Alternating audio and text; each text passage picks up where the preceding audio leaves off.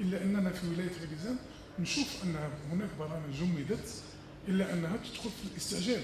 مثلا عندنا برنامج تاع استعجالات على مستوى الولايه الذي جمد، وهناك يعني برامج اخرى.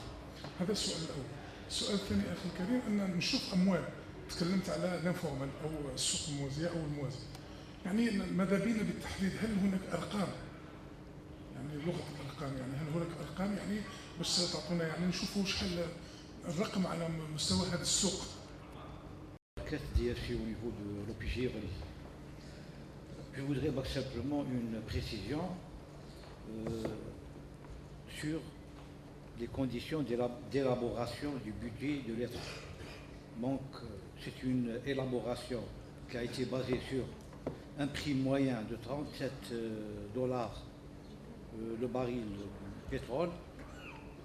Par la suite, et suite à l'exécution de ce budget, par exemple, si on constate un excédent, l'excédent est versé dans un compte spécial. Dans le cas contraire, qu'est-ce qui se passerait? الغرفة التجارية نتاع غليزان، ونشكر السادة المحاضرين لأنني حضرت واحد نص ساعة والله، ولكن نشكركم على هذا اسمه اللي كان كلار بريسي بكومبلي. مدير الضرائب تاع غليزان بودي باش نعطي معلومة واللي نقول لكم باللي كاين أبواب مفتوحة من 27 حتى ل 31 مارس، والموضوع تاع هذه الأبواب المفتوحة غادي يكون على التسهيلات الجدائية، لأننا لاحظنا باللي أغلبية من المتعاملين راهم ربما يتجاهلوا بعض التسهيلات اللي الدولة راها منحتها لهم. النقطة الأولى. النقطة الثانية كذلك غادي تخص التخفيضات القانونية في إطار الغاء على تسلسل الأسئلة الانشغالات الظروف. عدم طرح الأخ الزميل الدكتور من جامعة غليزان حول عدم تنويع الاتصال. احنا قلنا في بداية التدخل. Donc en 2000, en 99-2000, on s'est retrouvé devant une situation où on disposait d'infrastructures vétustes qui dataient des années 70-80 et détruites durant la décennie noire. Donc les pouvoirs publics de l'époque ont décidé, avant d'aller vers la diversification et le soutien de l'entreprise, d'améliorer les conditions et non نحو نفقة معينة، وهي قاعدة استثنائية في إطار المالية العمومية. كاين سؤال يخص أرقام حول السوق الموازي في الجزائر. المشكلة ليس في الأرقام التي نحوزها أو لا نحوزها عن هذا السوق الموازي. Donc le marché informel, la problématique c'est comment absorber ce marché informel, comment le formaliser. D'accord, comment formaliser donc l'activité. Donc regardez, il y a eu pas mal de mesures dans ce sens.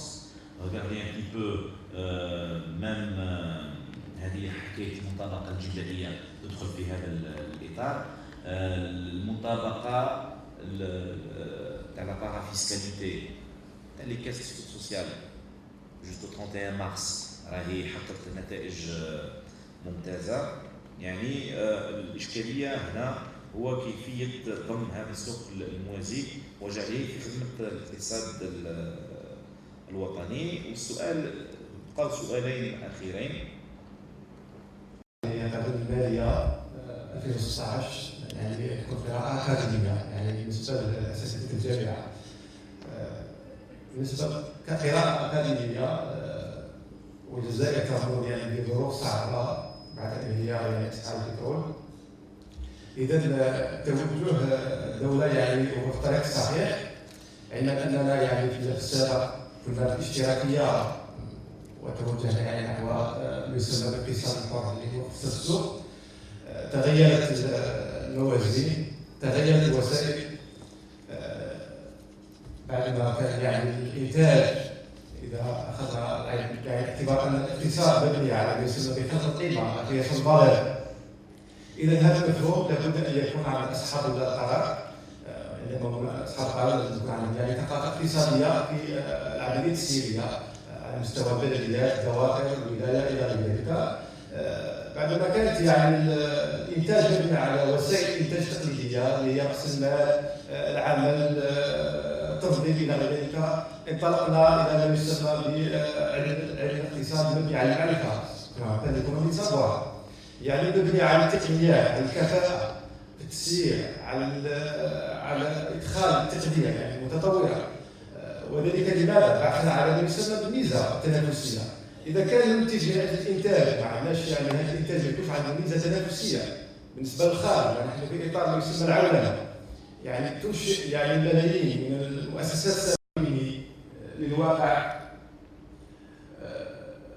هذا القانون يعني جاء بمستجدات كثيره وكثيره جدا، يعني حتى انا يعني شخصيا استفدت يعني لما تابعت المداخله، اعطى يعني صبغه يعني اقتصاديه، بحثا عن ما يسمى بالنجاعه الاقتصاديه. حتى يعني مؤخرا الدوله يعني كثر الحديث على ما يسمى بالنجاعه الاقتصاديه، كاسيتي ايكونوميك، يعني مبنيه على ما يسمى بالعائد والمخاطره.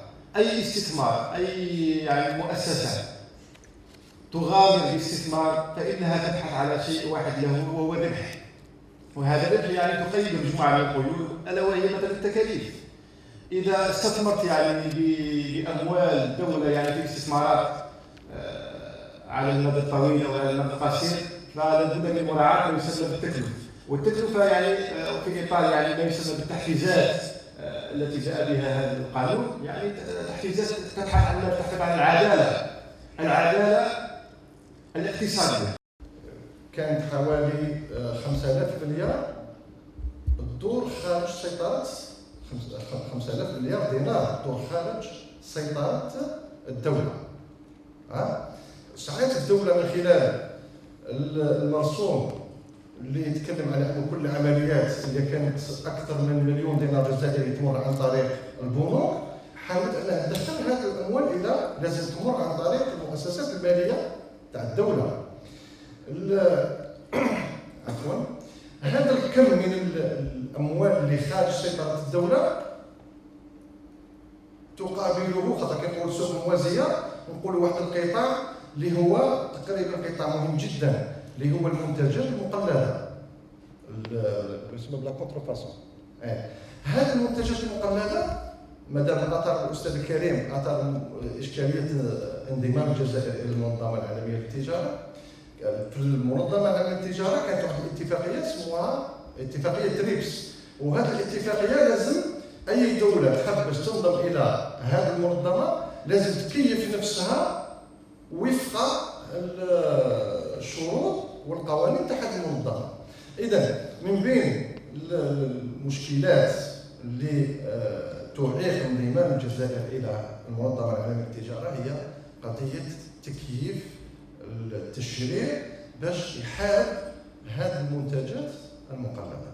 اذا هذا الكم من المال اللي يدور خارج سيطره الدوله كيفاش هذه تعتبر اشكاليه، يعني كيفاش تشوف من خلال القوانين تاع الماليه اللي تنظمهم الدوله باش تحارب هذه المنتجات المقلده اللي كما قلت تدور خارج سيطره الدوله. وشكرا. Je dois remercier donc les intervenants.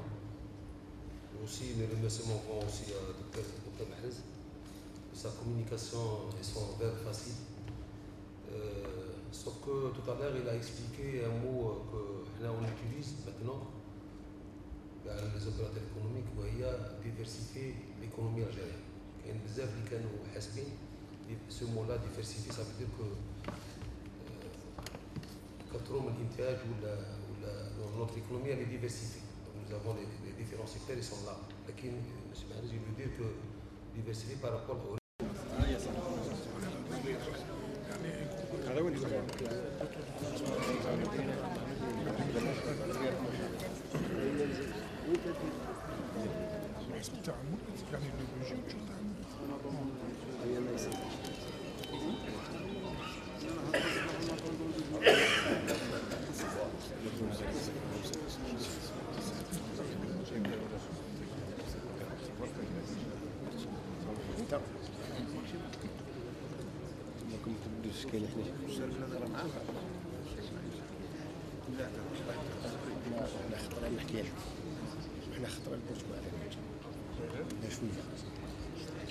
جماعة ولاية الوزان، لكن والله طرقنا غير الجانب المالي، يعني وكأنما يعني تطور بلادنا غادي كيكون عندنا المال، لكن كاين امور اخرى ربما يعني اسمحوا لي ندخل فيها.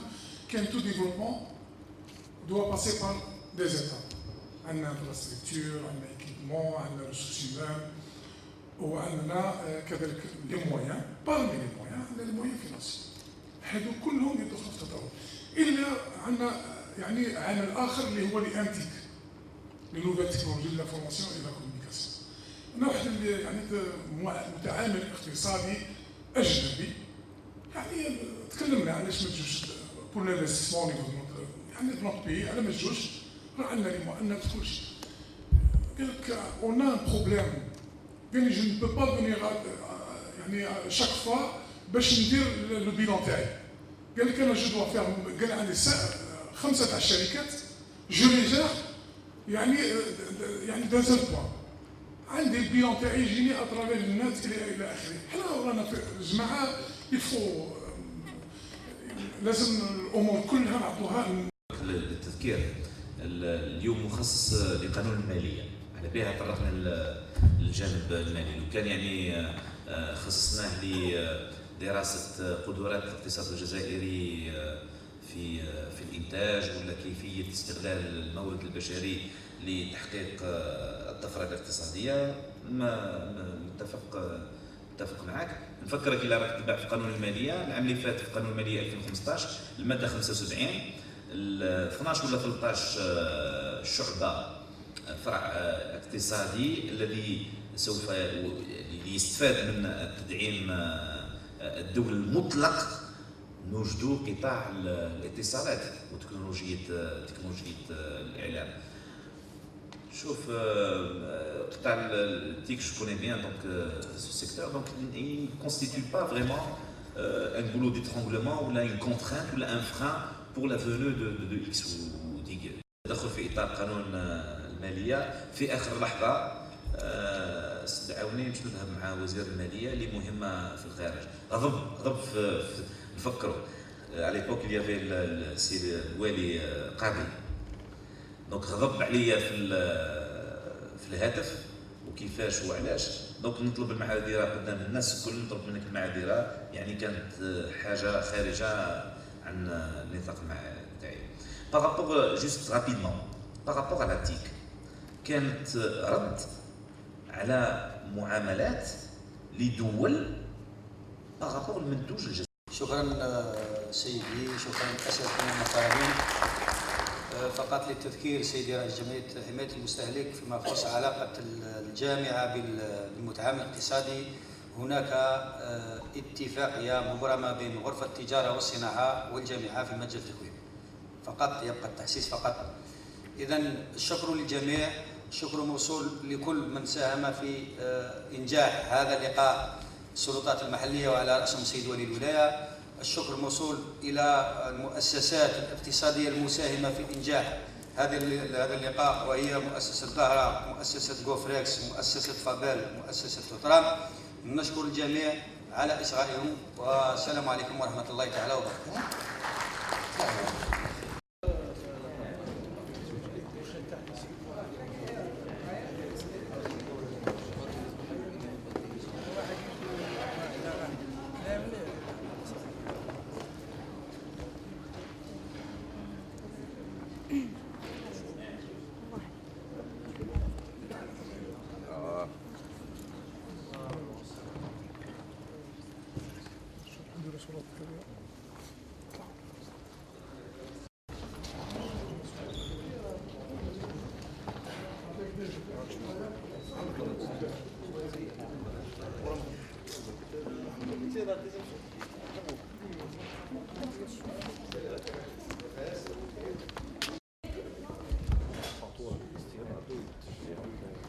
هذا هو شوف من الناحيه الاقتصاديه المبدا او الفكره التي ارتكز عليها المشرع هو انه اذا كان منتوج او سلعه تنتج في الجزائر يجب اننا نعمل للمنتجات المستورده من نفس المنتوج نعملها قيود جبائيه حتى يصبح المنتوج المستورد اغلى من المنتوج المحلي في السوق ويتوجه الطلب المحلي نحو المنتوج المحلي. كيف سوف يكون رد فعل المتعامل الاقتصادي الأجنبي للحفاظ على حصة السوق التي حصل عليها منذ سنوات في الجزائر؟ عنده حلين أو حل واحد ووحيد، هو أنه يأتي للجزائر ويعمل استثمار، وبالتالي سيعمل على المحافظة على حصة السوق متاعه. قانون المالي 2016 بصفتكم ممثل للوزارة، هل قانون المالية سيصرف عن الجزائر الاستدانة من صندوق النقد الدولي؟ سؤال يعني سي ترو تو بور ريبوندر، يعني مانيش مختص في هذا المجال. دكتور نعم دوش من صحيفه لا بي اس الحقيقه باردون الهدف الرئيسي انا نعطيك برك الهدف الرئيسي رحت وزاري ريديجي. الهدف الرئيسي هو التمويل الاقتصاد، تمويل المشاريع الناجعه. اقتصاد المنتج يعني الاقتصاد المنتج. واذا كان هناك ماشي لا قدر الله اذا كان هناك استدانه خارجيه فانه الدفع لو رومبورسمون دو لا ديت سفرا بارتي دي بروجي، سي با البودجي كي فا